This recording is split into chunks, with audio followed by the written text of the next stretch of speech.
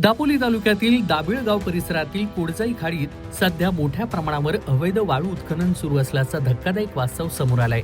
शासनाचे स्पष्ट बंदी आदेशानंतरही सेक्शन पंपाच्या साह्यानं खाडीतून सर्रासपणे वाळू उपसा केला जात असून संबंधित यंत्रणा मात्र याकडे डोळेझाक करत असल्याचं पाहायला मिळतंय।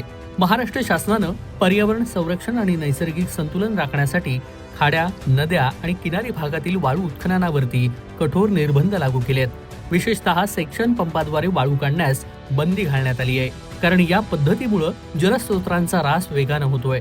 तरीही दाबिळ येथील कोडजाई खाडीत या नियमांचं खुलेआम उल्लंघन सुरू आहे। रात्रीच्या वेळी आणि सोबतच पहाटेच्या सुमारास मोठ्या प्रमाणावर सेक्शन पंपाचा वापर करून वाळू उपसा केला जातोय।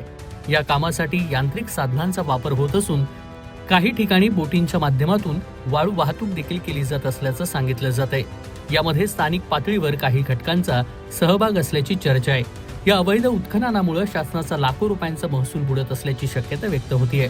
अधिकृत परवानगीशिवाय काढली जाणारी वाळू काळ्या बाजारात विकली जात असून यामुळे शासनाला आर्थिक फटका बसतोय। पर्यावरणीय दृष्टीनं हा प्रकार अत्यंत गंभीर असून कोडजाई खाडी परिसरात असलेलं कांदळवन हे जैवविविधतेचं महत्त्वाचं केंद्र मानलं जातं। या मँग्रोव्हमुळे किनारपट्टीचं संरक्षण होतं आणि सोबतच अनेक जलचर प्रजातींना आश्रय मिळतो। परंतु सेक्शन पंपाद्वारे होणाऱ्या वाळू उत्खननामुळे खाडीतील गाळाचा समतोल बिघडत असून मँग्रोव्हच्या मुळांवर परिणाम होतोय। संबंधित अधिकाऱ्यांकडून ठोस प्रतिसाद मिळत नसल्याचं सांगितलं जात असून त्यामुळे प्रशासनाच्या कार्यक्षमतेवर प्रश्नचिन्ह उपस्थित केला जातोय। जर वेळेत कारवाई केली नाही तर भविष्यात खाडीचं अस्तित्व धोक्यात येण्याची शक्यता नाकारता येत नाही। या प्रकरणी तात्काळ चौकशी करून दोषींवर कडक कारवाई करावी आणि अवैध वाळू उत्खनन पूर्णपणे थांबवावं अशी मागणी सध्या गावातील नागरिकांनी केली आहे।